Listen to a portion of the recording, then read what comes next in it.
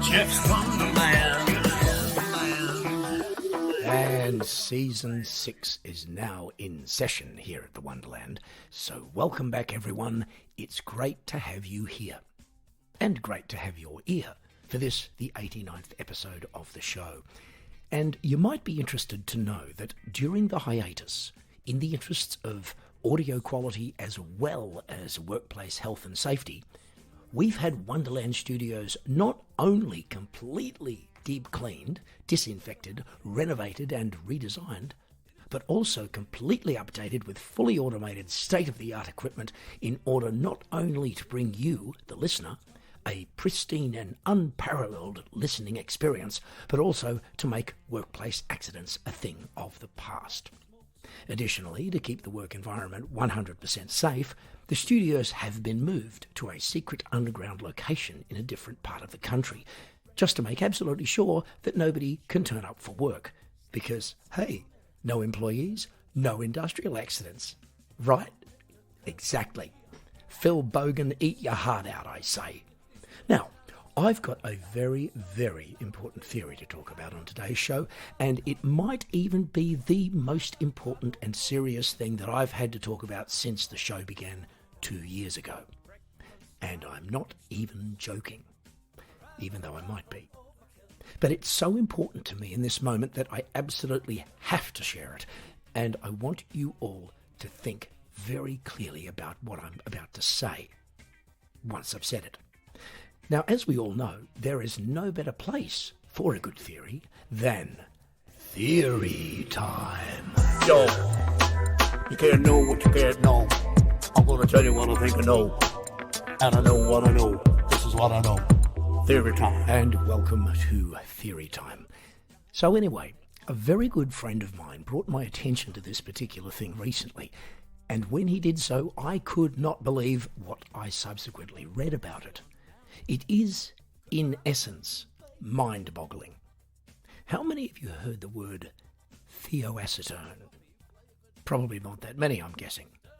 Well, thioacetone is a chemical compound which is essentially harmless, but one which makes people vomit instantly because the smell of it is so unbelievably disgusting. Kind of like a skunk multiplied by 157. Now, I want to state categorically that this is not a joke. It is an actual thing. Even more surprisingly, there is evidence on record that governments and military scientists have dismissed thioacetone as a candidate for weaponization with the excuse that it is, quote, too powerful, unquote. Too powerful? Compared to what? Like, what does that even mean? How can something that won't kill you, but that will simply immobilize you and make you vomit uncontrollably, be too powerful? As in, more powerful than a gun or a bomb? I mean, am I losing my mind here? Okay, so, let's put this in perspective. Let's imagine that trying to prevent the invasion of a country, let's say, for argument's sake, the Ukraine, by, let's say, Russia, could be addressed by dropping this particular chemical on invading troops. Now, it wouldn't kill them, but it would immobilize them to the point that they wouldn't be able to function other than to vomit uncontrollably because of the smell.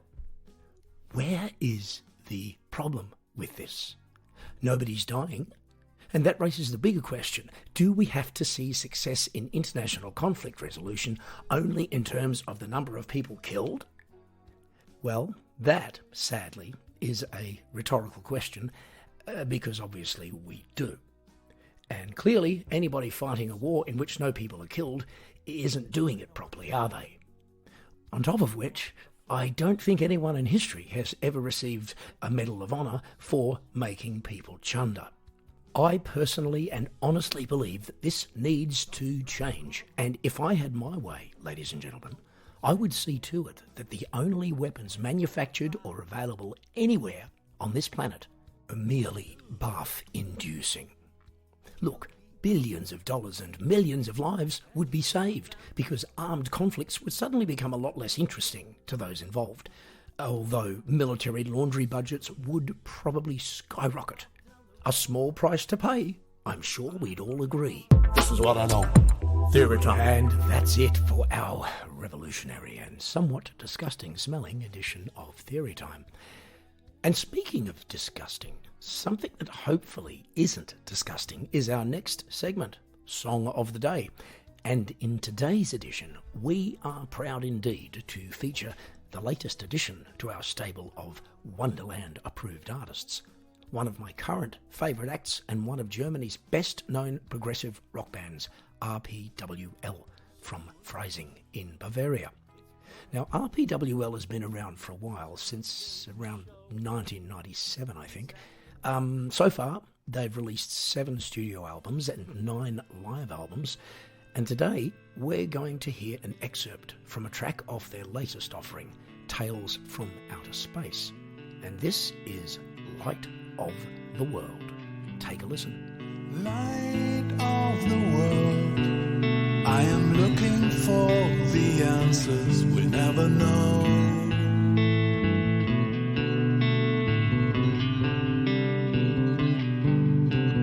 Light of the world, can you bring me through till shadows are getting short?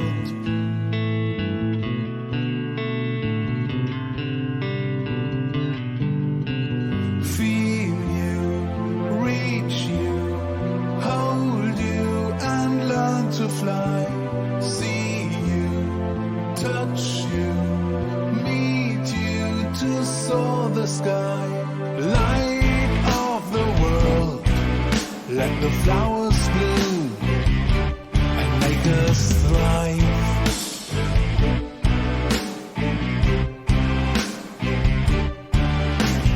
Light of the world, your energy is what we hope to find.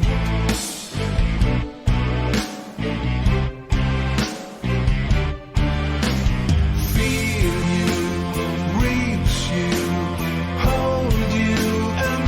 to play, see you, touch you, need you to point the way. Listen to that song,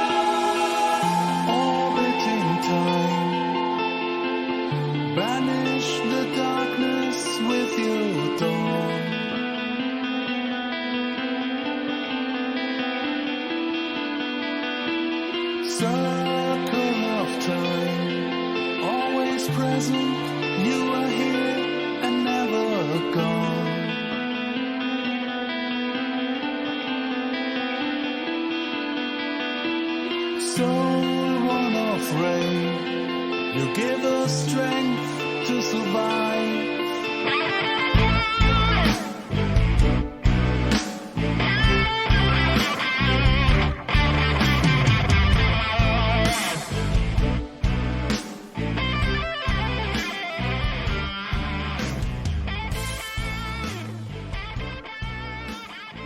Yes, that is merely a taste of Light of the World from RPWL.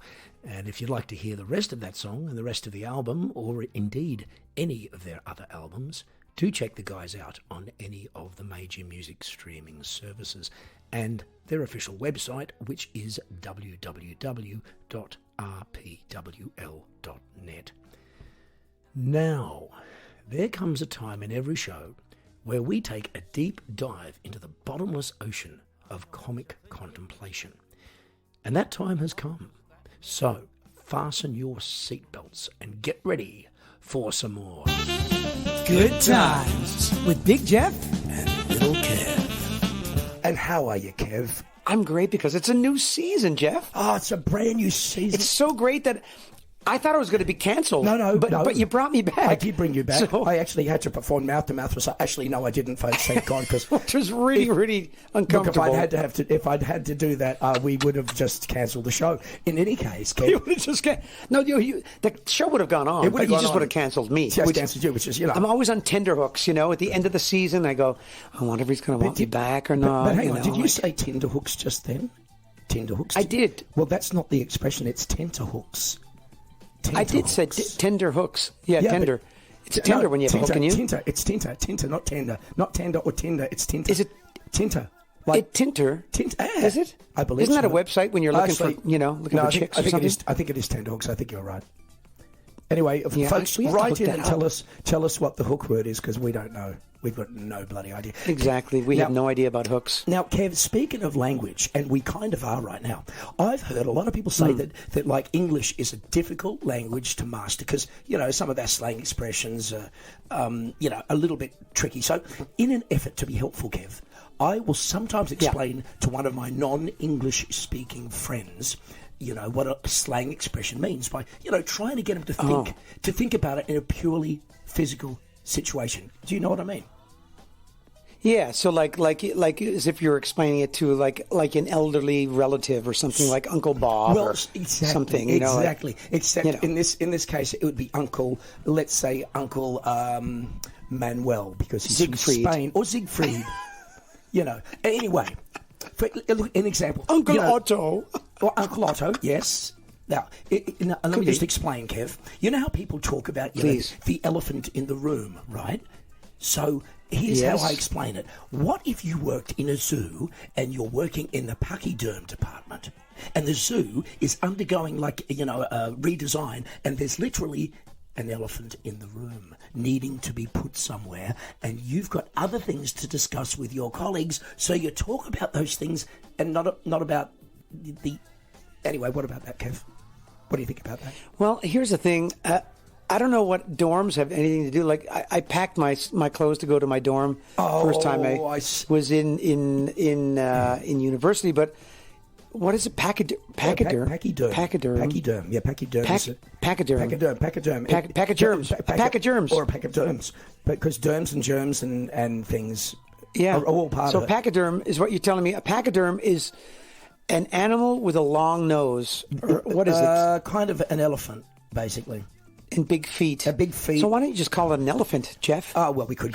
We could if we wanted to, Kevin. But do we want to? Is there not? Is there? What I'm trying to find out is there another animal in the land of, in the genus, I think it's called, or genus of pachyderms? Is there another animal in that, or is it just elephants? I think it's just... To which I would say, why don't you just call it elephant? Look, it could just say elephant. I was trying to sound clever, but clearly it didn't work. Did it? Didn't work. No, sorry, Geoff. Anyway, look, but, here's another one. You know how we'd say, well, I'm just trying to wrap my head around something.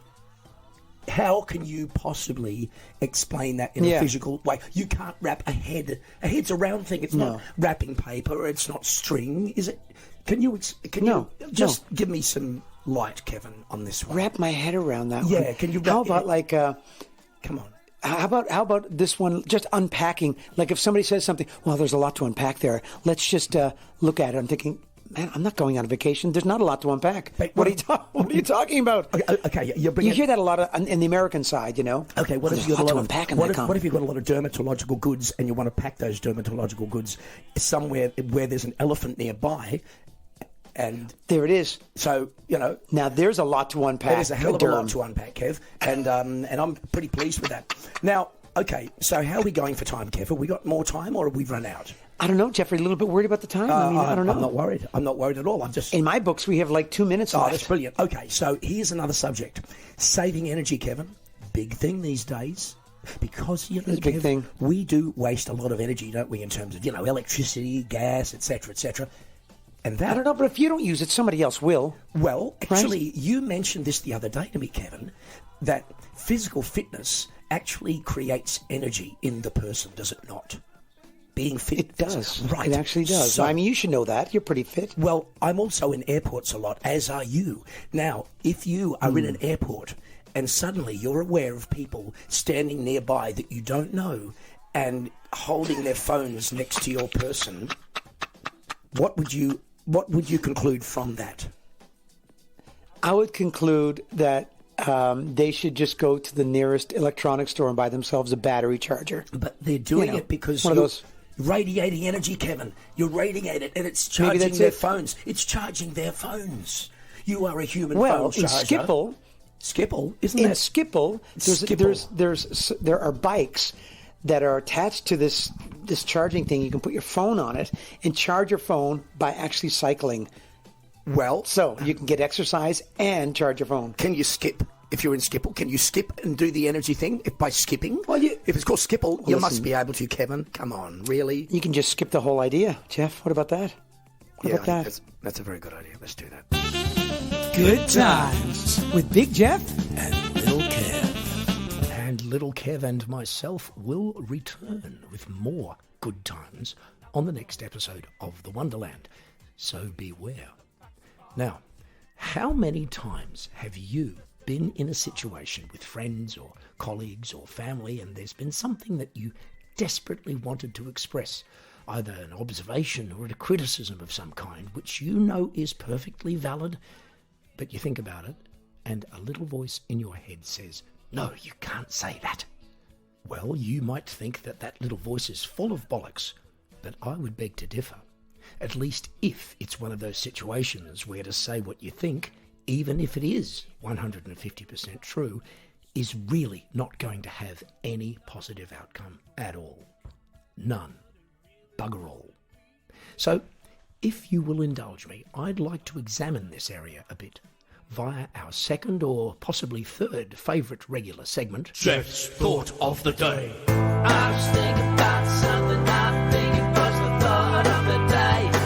I think it was the thought of the day. And welcome to Thought of the Day. I think that even my mum, despite her memorable catchphrase, always tell the truth, would have thought twice about being upfront and open and honest with a person about their questionable behaviour or decisions if she felt that things might go pear-shaped as a result. That isn't to say that there aren't times when speaking up is a bloody good idea. The trick is to know which times are which. The reality is that almost nobody appreciates unsolicited advice or unsolicited criticism, no matter how wise or constructive it might be. And yet, don't we have a duty to our friends and family to help them avoid disaster when we can see that it's inevitable? Well, actually, no, we really don't. But what is important, in my view, is to recognise an SOS when we see one. And I reckon that's getting harder in an age where we're routinely told that we can be anyone we want to be, do anything we set our minds to, and overcome all obstacles if we just believe in ourselves. What's interesting about that rather cliched premise is that, in theory, it's not too far wide of the mark. The really hard part, though, impossible for many, is the believing in ourselves bit, especially as it sounds super easy. Well, it's actually not, And pretty much anybody who's made a success out of anything knows that it usually takes quite a lot of falling off the horse and getting back on again. I believe that most of us are not good at failure, which is an inevitable part of a process of life, of success, or on, your way to success, as in not good at accepting it and not good at recovering from it. So perhaps that's what we should start getting better at, and maybe to believe in ourselves is simply a matter of not giving up, no matter how many times we fail, but also staying open to different ways of getting to where we want to go. Meanwhile, those well-intentioned souls among us who bravely put their foot in it with the excuse that they were only trying to help need to get better at knowing when and how to lend a hand, when to talk, and when to shut up. I think it was the thought of the day. And on that hopefully helpful note, we say au revoir to Thought of the Day and the Wonderland for another fortnight. My thanks as always to all of you out there for listening, and of course to Little Kev for his wit and wisdom on our Good Time segment. As for me, I'll be back in 2 weeks' time with a brand new show, so stay safe out there until we meet again for yet another ride through the Wonderland. Gotta get back to Geoff's Wonderland. Gotta come back to the Wonderland. Geoff's Wonderland.